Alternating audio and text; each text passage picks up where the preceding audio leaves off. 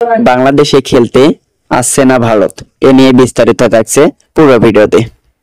আগামী আগস্টে সাদা বলের ফরম্যাটে সিরিজ খেলতে বাংলাদেশে আসার কথা রয়েছে ভারতের। 3 ওয়ানডে এবং 3 ম্যাচ টি-20 সিরিজটির সময়সূচি ইতিমধ্যে ঘোষণা করেছে বিসিবি। তবে সাম্প্রতিক উত্তেজনায় আসন্ন সিরিজটির ভবিষ্যৎ নিয়ে অনিশ্চয়তা দেখা দিয়েছে। এক প্রতিবেদনে এমনটাই জানিয়েছেন ভারতীয় গণমাধ্যম টাইমস অফ ইন্ডিয়ান। সাম্প্রতিক কাশ্মীরে পেহেলগামে বন্দুকধারীদের হামলায় কেন্দ্র করে দুই চির প্রতিদ্বন্দ্বী ভারত ও পাকিস্তানের মধ্যে চরম উত্তেজনা বিরাজ করছে। যে কোনো মুহূর্তে যুদ্ধ শুরু হয়ে যেতে পারে বলে আশঙ্কা প্রকাশ করেছে অনেকে।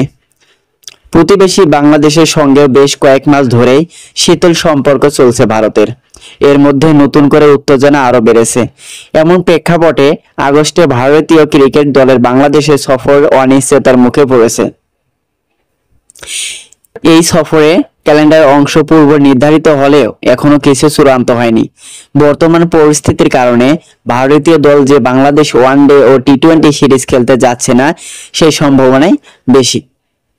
এ বিষয়ে জানতে চাইলে ঢাকা পোস্টকে BCB cricket operation chairman Nazmul Abedin Fahim বলেন, অফিসিয়ালি আমরা এখন কিছুই জানি না।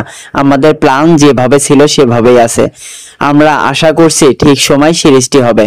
সিরিজটি খেলতে আগামী 13 আগস্ট ঢাকায় আসার কথা ছিল ভারত দলের। এছাড়া 17 আগস্ট মিরপুরে শেরে বাংলার মাঠে প্রথম ওয়ানডে অনুষ্ঠিত হওয়ার কথা ছিল। ঢাকা ছাড়াও চট্টগ্রামে হওয়ার কথা ছিল ম্যাচটি। শুধু আসন্ন বাংলাদেশ সিরিজে নয়, চলতি বছরে অনুষ্ঠিত এশিয়া কাপের ভবিষ্যৎ নিয়েও অনিশ্চয়তা তৈরি হয়েছে।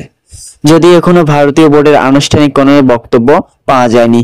ভারত বাংলাদেশ সিরিজের পরেই মাঠে গড়ার কথা ছিল এশিয়া কাপ।